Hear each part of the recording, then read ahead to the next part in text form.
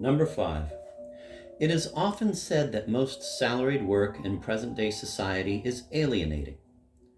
In spite of this, do you advise women to seek salaried employment as a means of liberation? However alienating most salaried work may be, for women it is still liberating to have a job, if only because it frees them from the confinement of domesticity and parasitism. But the commitment to work is only a first step, of course. Women will never be autonomous unless they participate in society's work on terms of complete equality. Women must break out of the ghettos of work in which they are isolated, jobs that continue to exploit their lifelong training to be servile, to be both supportive and parasitical, to be unadventurous. For a woman to leave home to go out into the world and work rarely carries a full commitment to the world, that is, achievement. In most cases, it is strictly understood to be just a way of earning money, of supplementing the family income.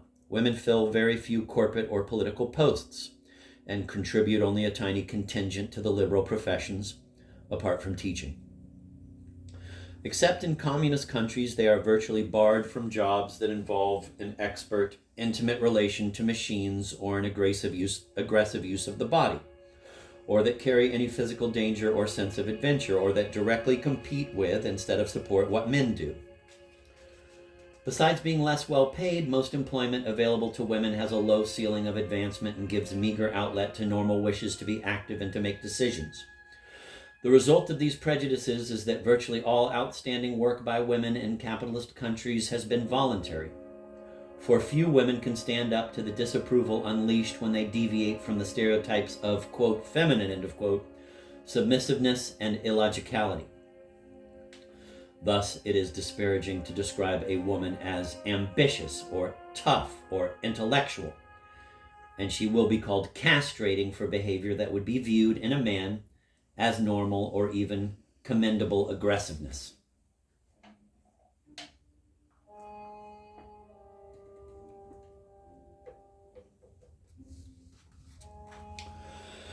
Granted that almost all jobs available in modern societies could be described as alienating, I am more impressed by the double alienation from which women suffer by being denied even those limited satisfactions that men can derive from work. By entering the world of work in its present forms, women have much to gain. They acquire skills by which they can take care of themselves and organize themselves better. And they acquire a specific arena of struggle in each job or profession, where they can press the demands for their liberation.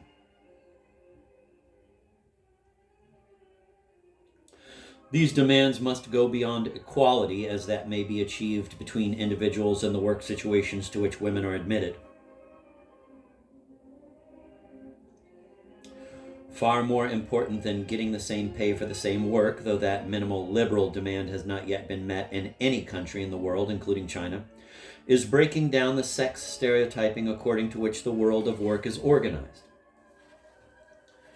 Women must become surgeons, agronomists, lawyers, mechanics, soldiers, electricians, astronauts, factory executives, orchestra conductors, sound engineers, chess players, construction workers, pilots, and in numbers large enough so that their presence is no longer remarked.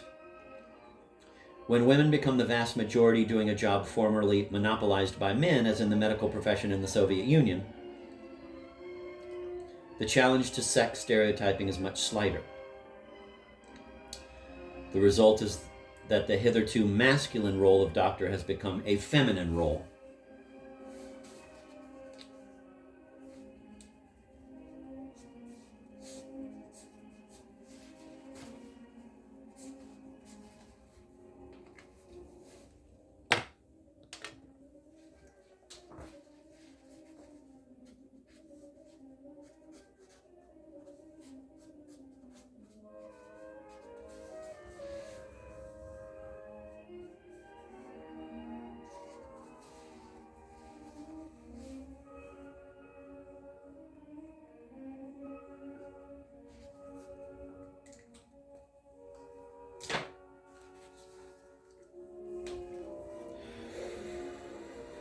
As long as the system of sex segregation in work remains strong, most people, women as well as men, will continue to rationalize it by insisting that women lack the physical strength or the capacity for rational judgment or the emotional self-control to do many jobs.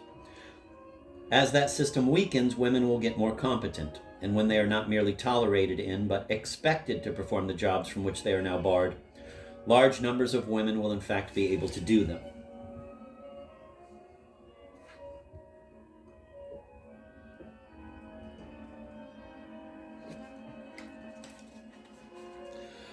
When work becomes fully desegregated sexually, women will be better qualified to join with their co-workers who are men in questioning its fundamental terms, as presently defined.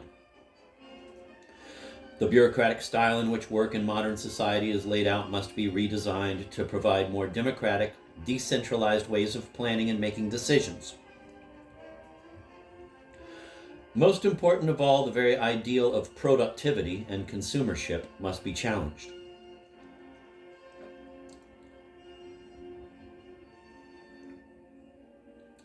The economy of affluent countries operates by a division of function that runs along sexual lines.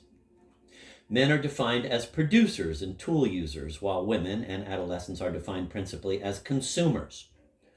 Unless this distinction is subverted, the full admission of women to the work men do will just double the ranks of that great army of psychologically alienated producers already drafted into the ecologically suicidal campaign of manufacturing unlimited amounts of goods and waste.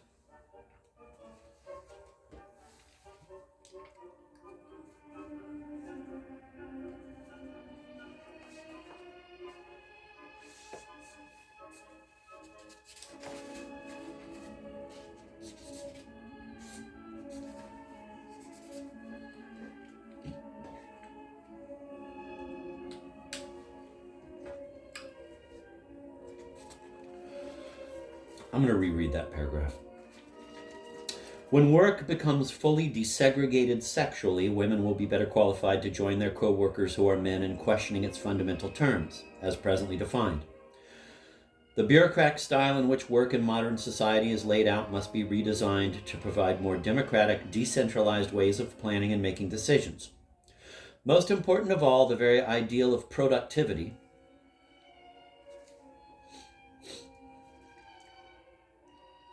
and consumership must be challenged.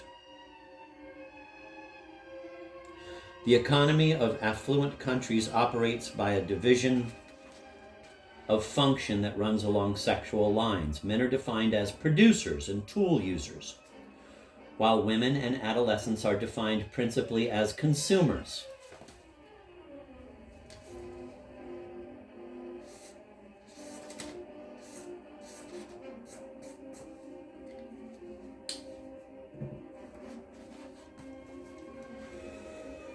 Unless this distinction is subverted, the full admission of women to the work men do will just double the ranks of that great army of psychologically alienated producers already drafted into the ecologically suicidal campaign of manufacturing unlimited amounts of goods and waste.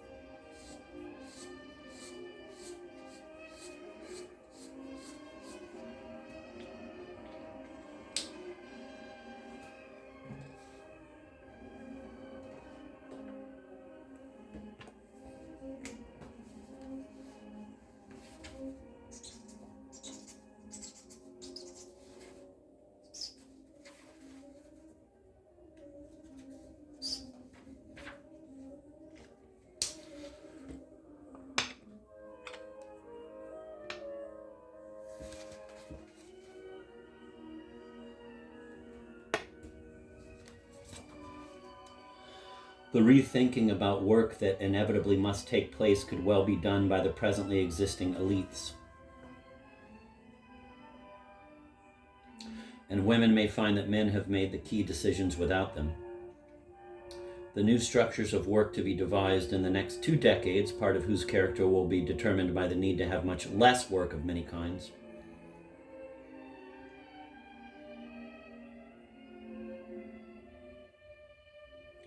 could still perpetuate the sexist system intact, confining women to the role of parasitical, deferring helper. This can be prevented from happening only if women invade the world of work now, even while it is still alienating, with a militant feminist consciousness.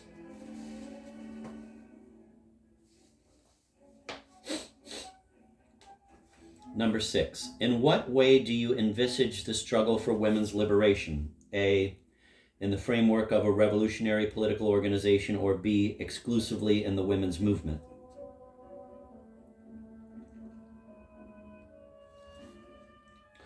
It is good news whenever a radical political organization supports the cause of women, particularly when the organization is one like the Black Panthers that had been notorious for its blatant sexism.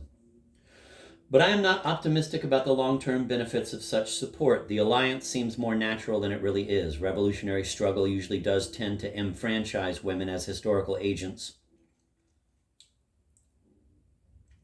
and to override sexist stereotypes in a quick, dramatic way. Think of what women have done, have been allowed to do in the Commune, the Russian Revolution, the French and Italian resistance during World War II, the struggle to create the State of Israel, the Cuban Revolution, the 30 years of Vietnamese liberation struggle, the Palestinian guerrilla movement, the urban guerrilla movements in Latin America, in relation to what women were allowed to do, thought capable of doing in each of these societies just before the start of armed struggle. But the enfranchisement is only temporary. After the struggle ends, whether in victory or defeat, women are inevitably demobilized rapidly and encouraged to return to their traditional passive ahistorical roles. Later, their participation will be ignored or glossed over by historians and ideologists, as, for instance, in France, where there is an astonishing silence today about the numerous fighters and martyrs of the resistance who were women. If their deeds are told at all, they will be fitted into imagery that confirms the leadership of men, as in that eminently sexist recent Chinese film ostensibly made to honor and praise the women soldiers in Mao's army in the 1930s, the Red Detachment of Women.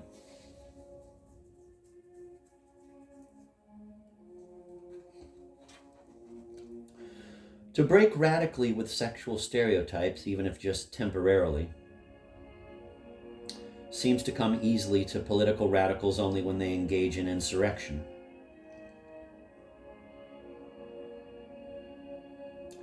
In people's war, in guerrilla struggle, or in underground resistance to foreign occupation.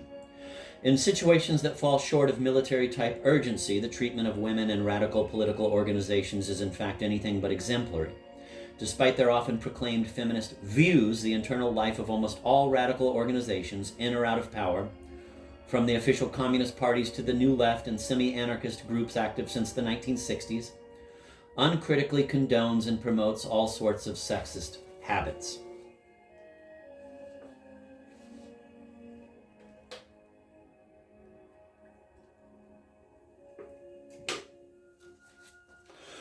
Thus, the present wave of feminism was born out of the painful awakening of women in the largest radical student organization in America in the 1960s to the fact that they were being treated like second-class members. Women were never listened to with the same seriousness at meetings. It was always women members who were asked or volunteered to take the minutes or to leave a meeting in progress to go into the kitchen to make coffee. Often chivalrously protected by their men comrades from police violence during demonstrations, they were invariably excluded from positions of leadership. To be sure, the complacent sexism of radical organizations has lessened somewhat, at least in America, precisely because of the protest these women made.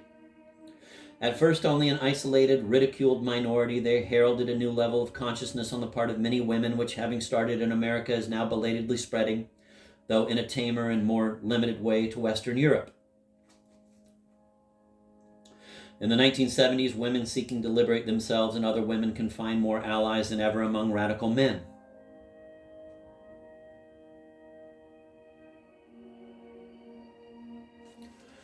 But working within existing revolutionary organizations is not enough. At this point, it is not even central. Now, and for some time to come, I think the primary role must be played by women's movements. However, many radical men can now be counted as allies, and they are not that numerous. Women have to conduct the main part of the struggle themselves. Women must form groups in each class, each occupation, each community to sustain and encourage different levels of struggle and emerging consciousness. For example, all women professional collectives of doctors who will treat only women patients, of lawyers and accountants who will handle only women clients, as well as all women rock groups, farms, filmmaking crews, small businesses, and so forth.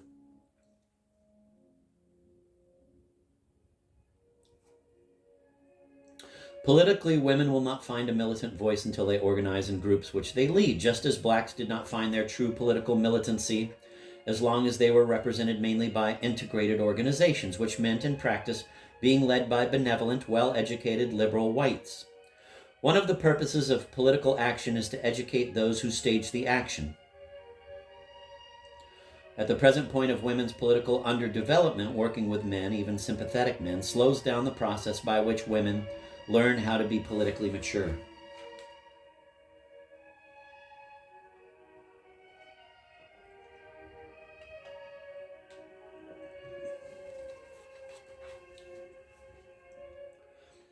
Women have to learn, first of all, how to talk to one another, like blacks and other colonized peoples. Women have trouble organizing, are not easily disposed to respect one another and to take one another seriously. They are used to leadership, support, and approval by men. It is therefore all the more important that they do learn to organize politically by themselves and try to reach other women. Their mistakes are at least their mistakes. More generally, people who favor women working for their liberation in concert with men tacitly deny the realities of women's oppression.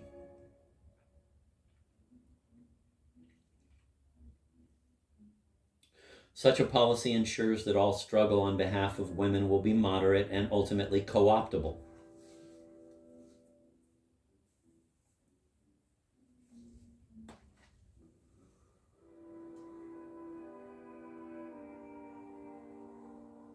It is to arrange in advance that nothing radical will happen, that the consciousness of women will not change in a profound way. For integrated actions, those taken alongside of men necessarily limit the freedom of women to think radically.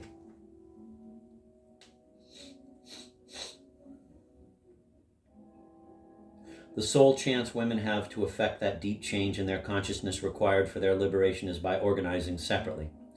Consciousness changes only through confrontation.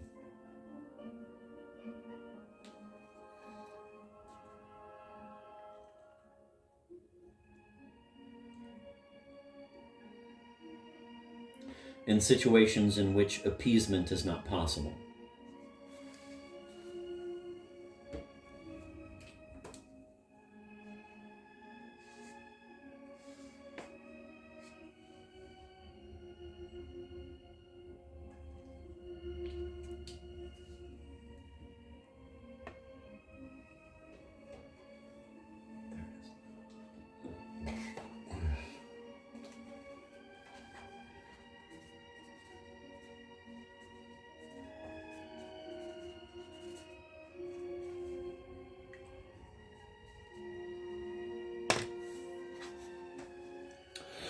Thus, there are certain activities that only all women's groups can or will want to perform.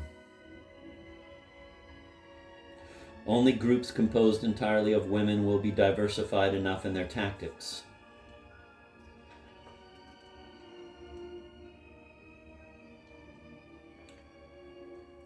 Let me start again on there. Thus, there are certain activities that only all women's groups can or will want to perform. Only groups composed entirely of women will be diversified enough in their tactics and sufficiently extreme. Women should lobby, demonstrate, march. They should take karate lessons. They should whistle at men in the streets, raid beauty parlors, picket toy manufacturers who produce sexist toys, convert in sizable numbers to militant lesbianism, operate their own free psychiatric and abortion clinics, provide feminist divorce counseling, establish makeup withdrawal centers, adopt their mother's family names as their last names, deface billboard advertising that insults women, disrupt public events by singing in honor of the docile wives of male celebrities and politicians, collect pledges to renounce alimony and giggling,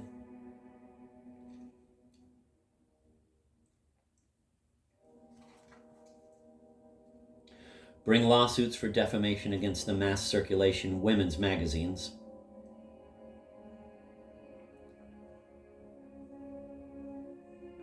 conduct telephone harassment campaigns against male psychiatrists who have sexual relations with their women patients, organize beauty contests for men, put up feminist candidates for all public offices. Though no single action is necessary, the extremist acts are valuable in themselves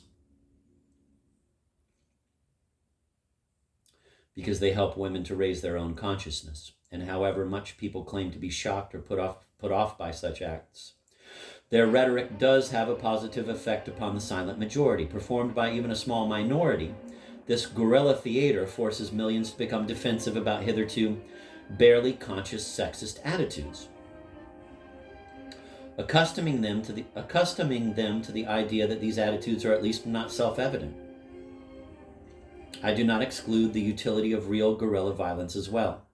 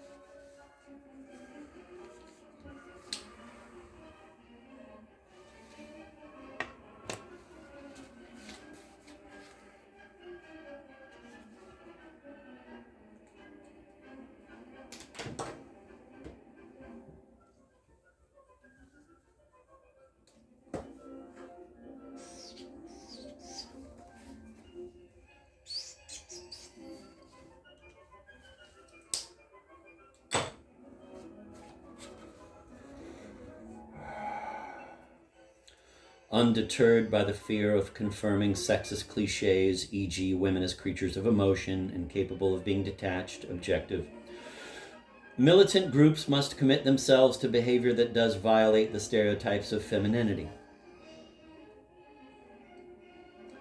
A common way of reinforcing the political passivity of women has been to say they will be more effective and influential if they act with dignity, if they don't violate decorum, if they remain charming. Women should show their contempt for this form of intimidation disguised as friendly advice. Women will be much more effective politically if they are rude, shrill, and by sexist standards, unattractive. They will be met with ridicule, which they should do more than bear stoically. They should indeed welcome it. Only when their acts are described as ridiculous and their demands are dismissed as exaggerated and unreasonable can militant women be sure they are on the right track.